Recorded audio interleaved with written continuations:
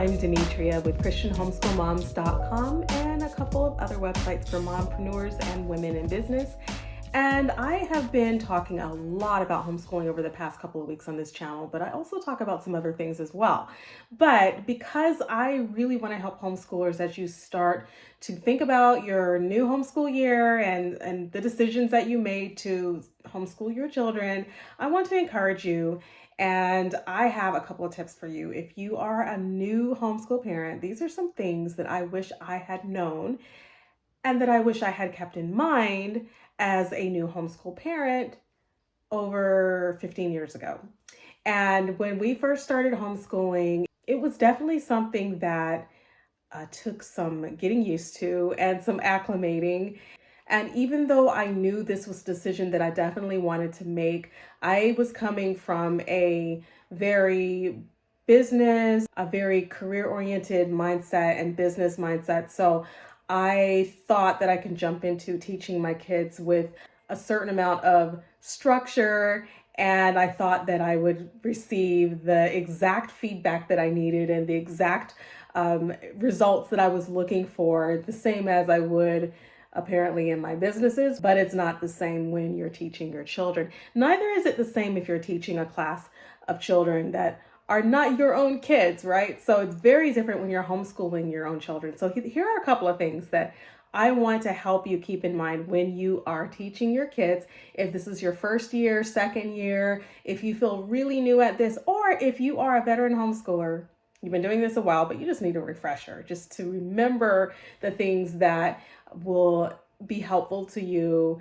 as you proceed on this journey. So the first thing that I wish I had known as a new homeschool parent is that I shouldn't have to expect that I will know it all or be able to do it all in my first year of homeschooling my kids. This is the year, the first couple of years especially, are the years that I'm just getting to really know them.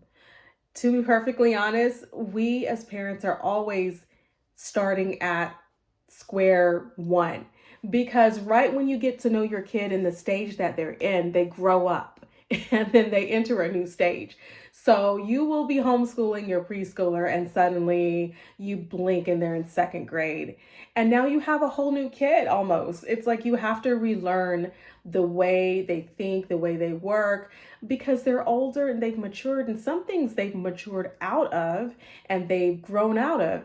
And so the idea of being adaptable is an extremely important one in the homeschool world. And as your children grow, you are also growing. So that's the other thing, another aspect that you have to really remember is that your kids are growing and you're also changing and maturing, and you guys are evolving as a family. So the next time you blink, they'll be in fifth grade. And the next time you blink, they'll be in middle school and then in high school. And all of these changes are taking place in such what seems to be a long time of parenting actually becomes condensed when you look backward, because these little condensed times of their life, they're like little time stamps, and they don't last long. So right when you're getting to know your children and you think you've got your homeschooling all together, they grow up. And you have to really recalibrate and think about, okay, who are they now and what do they need now? Because sometimes the needs that your kids had in kindergarten, they no longer have those specific needs in the second or third grade. Now, granted, there will be some things that stay the same with your kids all throughout the years because they are themselves and it's just not going to change about them. Maybe, for example, some more concrete things like the way they actually learn, that typically stays the same. There may be some evolving, but you can pretty much figure out your child's learning style and it usually typically stays the same. But there will be some ways in which your child interacts with subjects and content areas that change from year to year. Maybe one year they seem to be really struggling in a certain area, and a couple of years down the road, just give them some time and really work with them, and you'll see that they'll grow and blossom, and now it's not even an issue for them anymore. Maybe now there's another topic or another subject area that they need a little bit more help with. So these things change. So I wish that when I first started homeschooling, I wasn't so quick to judge myself and to think that I had to have everything just right that first year, because I had a kindergartner and a 1 year old. So there was no way that I was going to be able to nail it that year.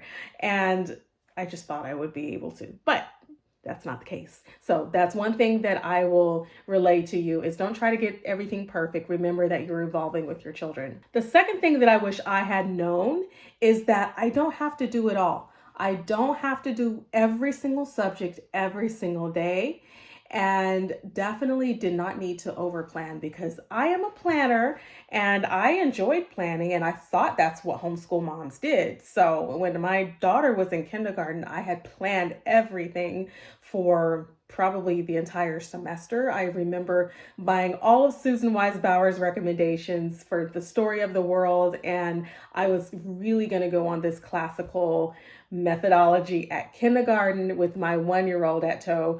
And I had just bought into the whole classical system without even figuring out whether or not we wanted to be a classically educating family, without figuring out what we were really drawn to as a family, and whether or not there were other philosophies that we might have been more in tune with, or if we even wanted a philosophy to begin with. Maybe we didn't want that. So it took us about a year to realize that we wanted to be more relaxed.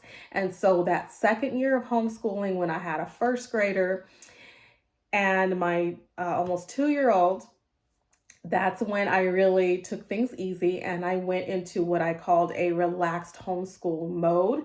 And so we weren't exactly unschoolers, because I was always a planner, a super planner, and a little bit overboard with that. But what we did do is we stopped calling ourselves by any label. We quit saying that we were classical. We weren't looking into any specific philosophy, and we just called ourselves eclectic, which is basically we were dabbling in a little bit of this and a little bit of that until we can get our feet wet, really, and figure out who we were as a family and what fit us. So we were very, very relaxed that second year and forward into many years to come after that, until we figured out we actually did like some aspects of classical and Charlotte Mason. But that was 10 years down the road when we really figured out who we were as a homeschool family. But that's one thing that I would do over those first couple of years, is not try to peg our family into a specific label, and not try to do everything every day, because I definitely planned out all the topics and subjects and everything. And sometimes it doesn't give very much room for enjoyment when you feel that you have to hit all the subjects, especially if you are an over planner and you have 7 subjects on your list of things to do for the week. So really take it easy, especially if your kids are younger, and just enjoy them and have a lot of fun with them. That's what it's all about. The other thing is, you don't have to finish that curriculum. If you don't get to the end of the book, it's okay. If you skip around in the book, that's okay, especially for younger kids. I keep saying that. I keep reiterating the fact that younger children, elementary age, really, that is a perfect time for you as mama and dad to just enjoy them. Enjoy them to the fullest. Take your time with them. Don't rush them through anything. Don't push anything on them. Just enjoy them. Let their desire to learn about the world around them kind of give you ideas about how to approach educating them. Kids are beautiful beings, and they have a desire to learn.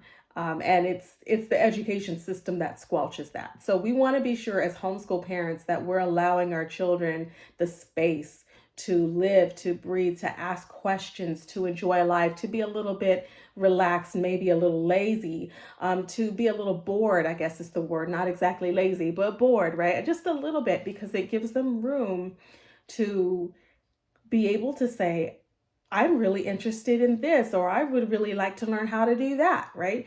And they wouldn't know what they're interested in if we are busy pushing our agenda on them when they're so young. So it's good to give them some time to unwind, to relax, and to let us know what they want.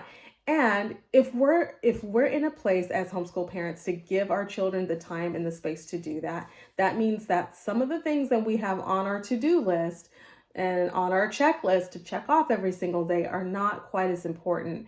So don't worry so much about, I didn't finish that math curriculum. We didn't hit all of the chapters in the book. We didn't hit all of the chapters in the language arts curriculum, right? You didn't do all of the writing lessons. You didn't do all of the spelling lessons. That is perfectly okay, because they are going to come back to that at some point.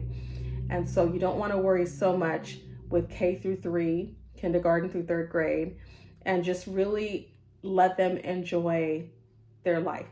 And they will pick up very quickly. Usually kids tend to learn fast.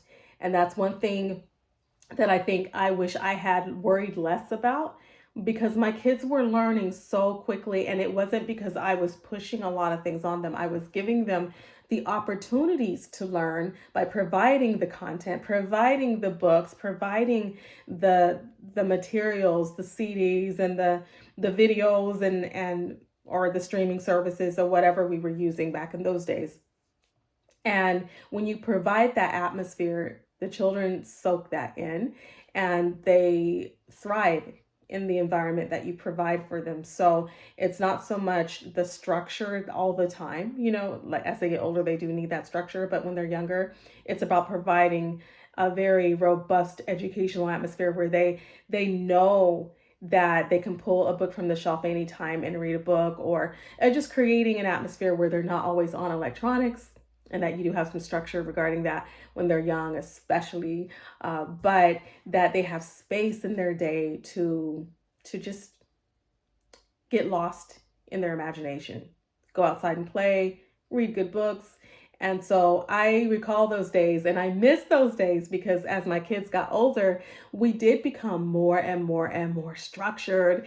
And our kids did spend more time on electronics, and they did spend more time talking to their friends, and they became teenagers and that kind of thing. So as they get older, life looks different for these kids, right? They don't act the way they did when they were little, and they're not to be treated the same way as they're older, because their needs change. But I really have a heart for parents who are raising younger children, to just really give them space to use their imagination. So don't worry about having to finish all the curriculum. There's so much you can do with your kids that will allow them to grow by leaps and bounds and make up for anything that you thought they may have lost. That leads me into relax more, stress less, which is just obvious. Just take it easy with your kids and don't stress so much about what you didn't get done. Relax more with them, enjoy them. They're only little for a season.